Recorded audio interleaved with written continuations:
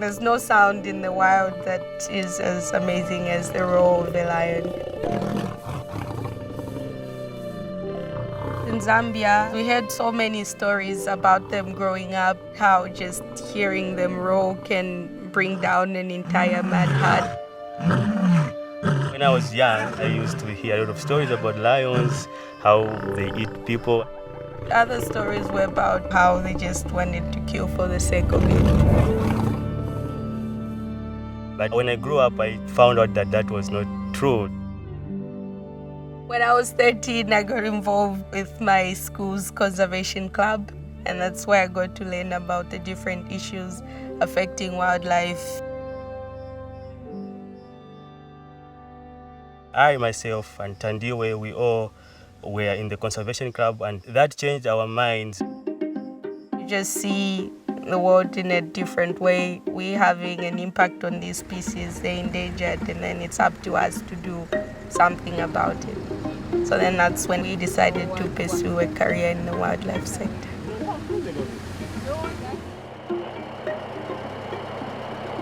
We're looking for a group of lions that we heard were in the area. When we locate them, we want to pass this information on to the lion anti-snaring team so that they can come to the area, check it for snares, and prevent any lions from getting caught. Lions in Zambia, they're being threatened by human-related impacts. And so populations have been declining. In some places, lions are locally extinct. There's a whole lot of problems in our communities. Poverty, for example, leads people to go out and set wire snares in the bush. The snares that are used are non-selective, so lions can walk into those snares and get trapped. The animal can choke to death or get an infected wound. If we can't find them today, consequences are pretty serious because this area is usually used by poachers as well for bushmeat. I will keep listening for a while and try to get a location. It's difficult to, act responsibly when you haven't eaten. I think that's the most difficult thing. We need to find a way of balancing the human needs as well as our natural environment. If we, the local people, we are directly involved in conservation, it could be a very big success because we know the area, we know what sort of resources are there, we know what we eat, we know what we don't eat. So we could try by all means to find another way of doing things. Good afternoon, everyone. Good afternoon, madam. Good. Just before we cross over and go into the park, I'm just going to... One of the things we do is take students into the park. We teach the students how to collect scientific data and how to use different pieces of equipment that help with that. For you to get the location, you hit mark 80.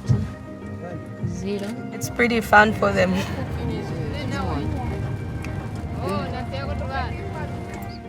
We also want to impart practical skills that these students can use later on. Career-wise, it opens up new possibilities. It's important to introduce them to wildlife early and just show them these species in a more different light. Then they become more compassionate and responsible when it comes to the interactions that they have with these animals. I enjoy this because I get to know some of the new animals like the wild dogs, and some of them are the first time to see them like that. The hope is that many of them should have a heart for wildlife. It is our responsibility as Zambians to take charge and protect these animals. To save that way. Wildlife is a renewable resource. If we preserve them nicely, we are going to have them indefinitely. Yeah, there she is. Right there. She was... Yeah. You see her? It's like she's having a sweet little nap in the sand. Makes me really, really happy to find this lion alive and healthy. She would have died without intervention from ZCP in cooperation with Conservation South Luangwa and the Department of National Park.